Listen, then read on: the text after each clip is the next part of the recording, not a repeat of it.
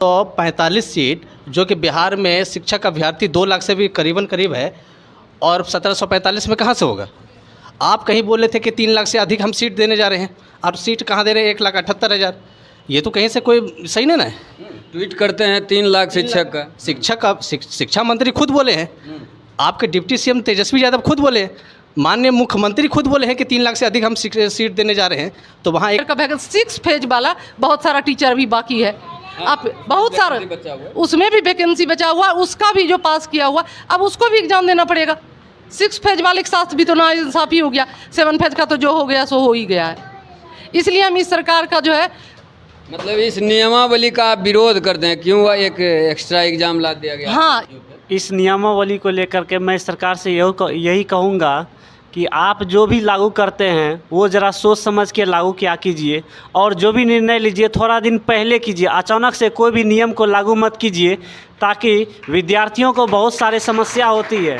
इतना कष्ट करके कोई विद्यार्थी पढ़ाई करे और यहाँ तक पहुँचे, उसके बाद सीटेट पास होने के बाद अचानक से बोल दिया जाए। नमस्कार, आप देख रहे हैं INP में सर्वोत्तम कुमार। 2023 नियमावली आने के बाद जो खलबली मचा है शिक्षक अभ्यर्थियों में, वो तो अब कहीं ना कहीं जो सरकार का नियम आ गया है, तो कल आपने देखा होगा कि वित्त विभाग से भी पारित हो चुका है। अब सिर्फ औपचारिकता है, वो कैबिनेट से पास होने के बाद नोटिफिकेशन भी जारी कर दिया जाएगा।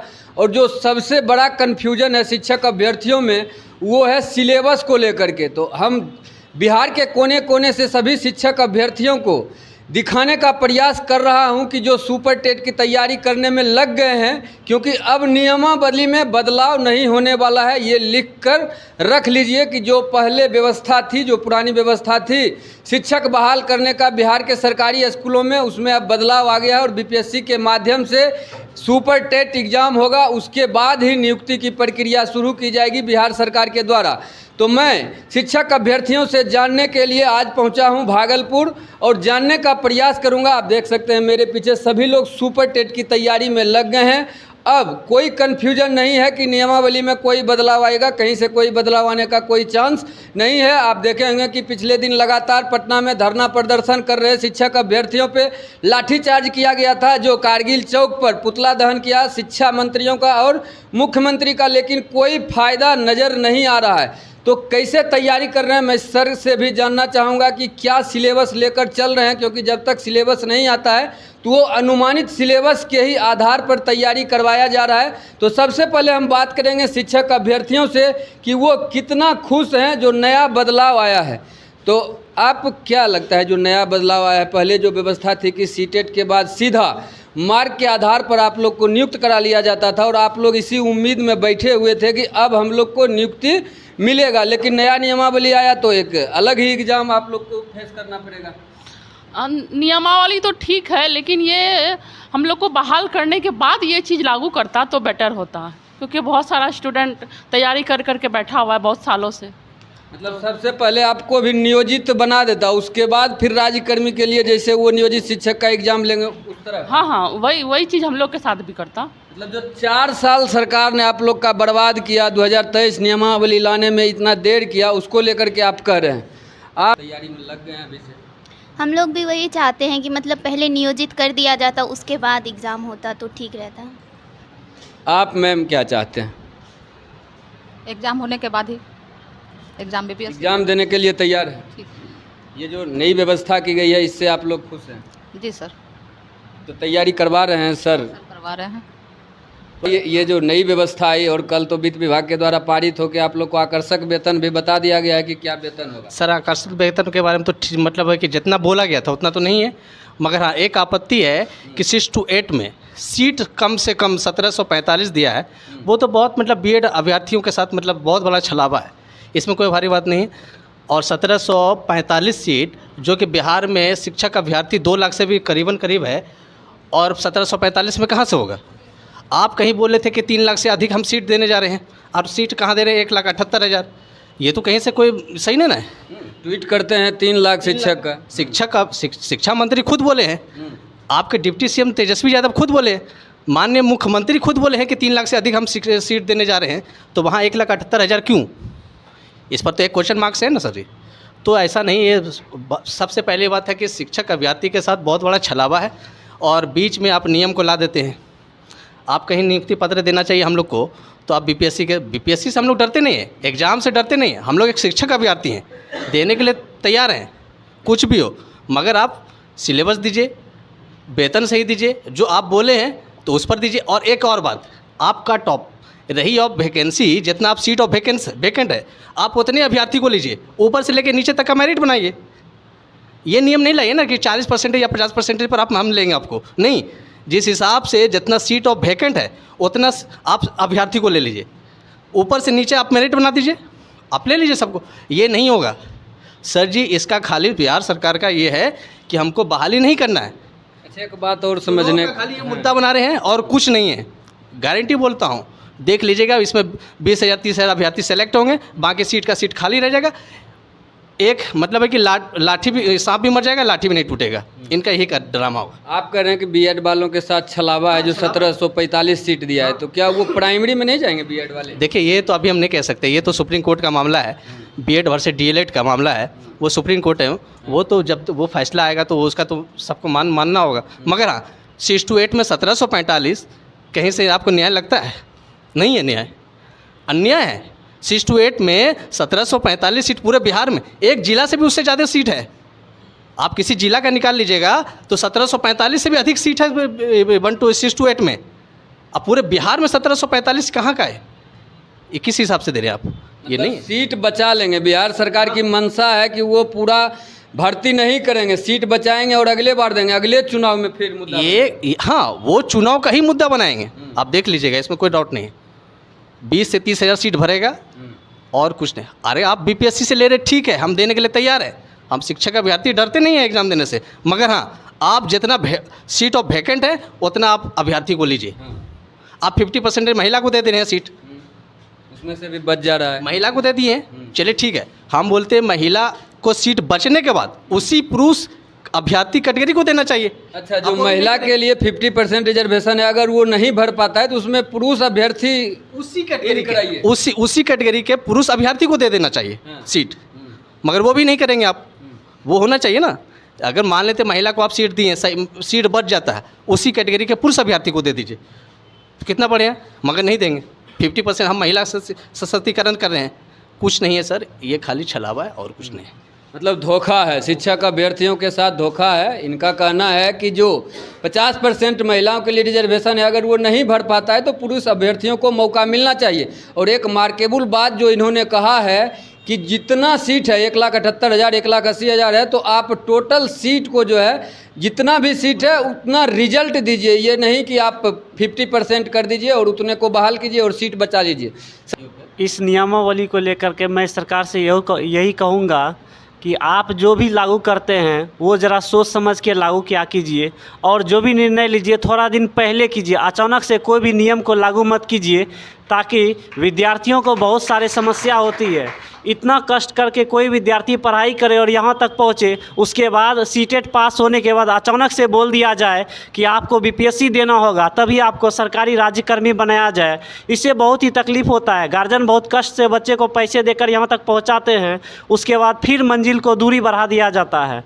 मैं सरकार से यही निवेदन करूँगा कि आप इस चीज़ को लागू करें तो तरीके से लागू करें। धन्यवाद। आप सुन रहे थे, इनका कहना है कि अगर लागू ही करना था तो आज से 4 साल पहले कर देते। 4 साल आप क्यों बर्बाद किए? तो आप लोग बीपीएससी के नाम से कहीं डर तो नहीं गए हैं कि जो एग्ज़ाम कंडक्ट? नहीं, कोई भी डर नहीं है। एग्ज़ाम देने के लिए हम लोग तैयार हैं। आप लोग तैयार हैं? तैयारी चल रहा है आप लोगों का? हाँ, बहुत अच्छे से। जब सर साथ है तो हम सबको कोई डरने की बात नहीं है। एकदम अच्छे तरीके से देंगे एग्ज़ाम। एकदम स्टार्ट कर दिए? हाँ, कर दिया। शिक्षक बनना है? हाँ। बीपीएससी वाला शिक्षक? हाँ, कोई डर। तो सुन रहे हैं, कल आकर्षक वेतन जो लगातार शिक्षा मंत्री कर रहे थे आईएनपी लाइव के, हमने ही सवाल उठाया था कि वेतन क्या होगा, तो उनका कहना था कि आकर्षक वेतन होगा। तो कल आपने देखा कि वित्त विभाग के द्वारा जो वेतन है वो भी आप लोगों के सामने रख दिया गया है कि 1 to 5 का क्या वेतन होगा, 6 to 8 का क्या वेतन होगा। तो आइए हम और भी लोगों से जानना चाहूँगा कि आकर्षक वेतन से कितना खुश हैं। आकर्षक वेतन मैं चाहूँगा कि यहाँ के सभी प्रशिक्षु कहीं ना कहीं खुश नज़र आ रहे हैं, क्योंकि अगर जहाँ सरकार की निर्णय जो भी कुछ लेना हो, जैसे अब सिलेबस की बात चल रही है, तो सिलेबस जितना जल्द हो सके सरकार को दे देनी चाहिए। इससे क्या होता है कि बच्चे में घबराहट पैदा होती जा रही है और कहीं ना कहीं मनोबल भी टूटता जा रहा है। इसलिए सरकार से निवेदन है कि जितना जल्द हो सके वह अपना सिलेबस जारी कर दे। उस आकर्षक सैलरी से आप लोग खुश हैं? लेकिन उतना जितना बताया जा रहा है उतना तो दे नहीं रहा है। पहली बात तो पहले बताया कितना वेतन से शुरू होगा, धीरे धीरे कुछ न कुछ कटौती करते हुए बताया जा रहा है कि फिर इतना एक सही निर्णय नहीं होता जा रहा है। उस वेतन के एन मौके पर आकर एक और एग्ज़ाम थोप दिया गया, क्योंकि अब तो नियुक्ति देना था ना। उसके बाद वो कह रहे हैं कि बीपीएससी से एग्ज़ाम लेंगे। तो कहीं ना कहीं हम लोग को भी थोड़ा सा लगा कि इस तरह से, लेकिन हम लोग भी प्रयास कर रहे हैं, बीपीएससी के तहत लिया जाएगा तो देने के लिए सक्षम है। आप लोग तैयारी एकदम शुरू कर चुके हैं? बिल्कुल। अब क्या कहना चाहिएगा? नई व्यवस्था है बीपीएससी का, अब आप लोग शिक्षक बनिएगा तो एक जो है कह रहा है ना कि आकर्षक वेतन भी मिलेगा और क्वालिटी वाला शिक्षक बहाल होगा बिहार के स्कूलों में। पहले सब जो हैं वो सब क्वालिटी वाले शिक्षक नहीं है अभी तक। सबसे पहले तो मैं ये कहना चाहूँगी कि ये जो बिहार का साथ शिक्षा नीति जो है ये तो पूरा ले करके डूब गया। आपने बोला कि मैं अगले सेशन में नियुक्ति करूँगा, नियुक्ति जब करूँगा तो नियुक्ति की दीजिए। आपने ये बीपीएससी का क्यों दिया? हाँ ठीक है, आपका ये पैटर्न हमको समझ में आता है कि ये बेस्ट पैटर्न है, तो आप नेक्स्ट जनरेशन के लिए लीजिए। आप ये प्रोसेस आप नेक्स्ट, लेकिन इस जनरेशन में जो आप ये ला करके रख दिए ये तो बिल्कुल भी अच्छा नहीं है। इस चीज़ का मैं विरोध करती हूँ। अगर आपको अथॉरिटी मिला, आपको अधिकार मिला है, शिक्षा मंत्री बना दिया गया, तो आपने जो प्रोसेस कर दिया तो फॉलो करना ही पड़ेगा। लेकिन आप क्या प्रोसेस दिए हैं वो तो सही नहीं है।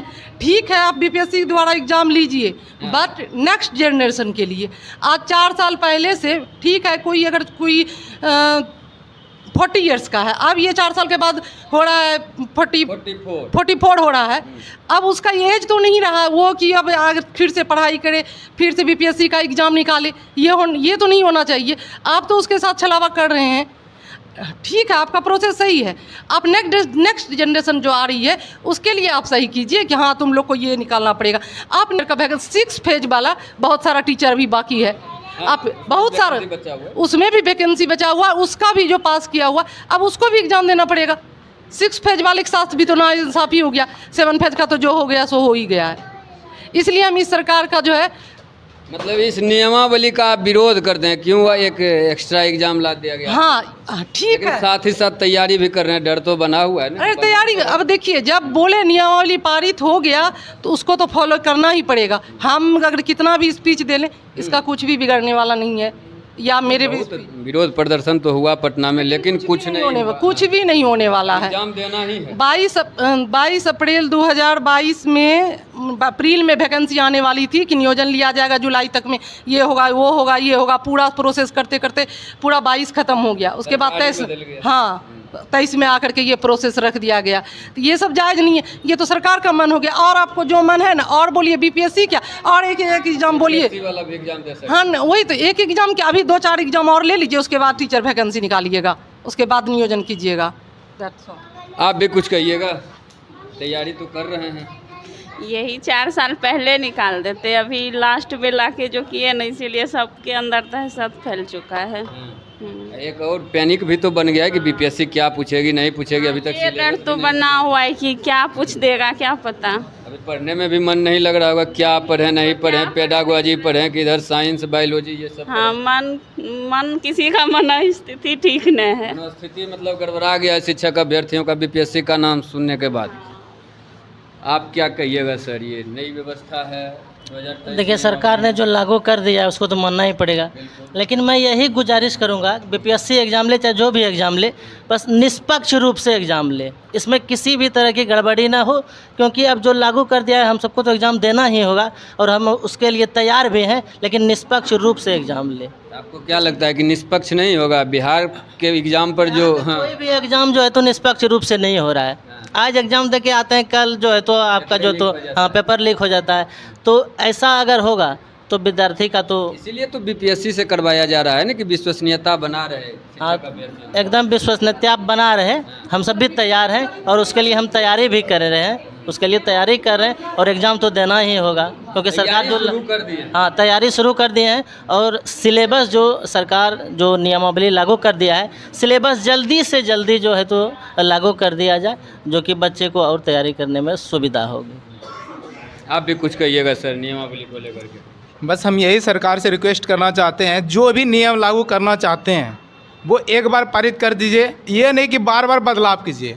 आज आप ये कह रहे हैं, कल कुछ और कह रहे हैं, कल फिर आपका मन बदल जाएगा, फिर बोलिएगा ऐसे करेंगे, ये आपका सही नहीं है। आप कोई भी निर्णय लीजिए, उचित निर्णय लीजिए, ठीक है। आप बोले कि बीपीएससी का एग्ज़ाम, पहले तो आप ऐसा नहीं कहे थे कि हम बीपीएससी का एग्ज़ाम लेंगे। पहले तो लोग सोचा कि सीटेट पास करेंगे और जॉब करेंगे, पास करेंगे और जॉब लगेगा। आज आप बीपीएससी ला दिए, कल दिन फिर आपका मन बदलेगा, फिर आप कुछ कर सकते हैं। तो ये चीज़ आपके लिए नहीं है। आप कोई भी एक चीज़ लीजिए और एक चीज़ पे आप अडिग रहिए, ये नहीं कि बार बार आप बदलिए, ये बदलने से नहीं होने वाला है।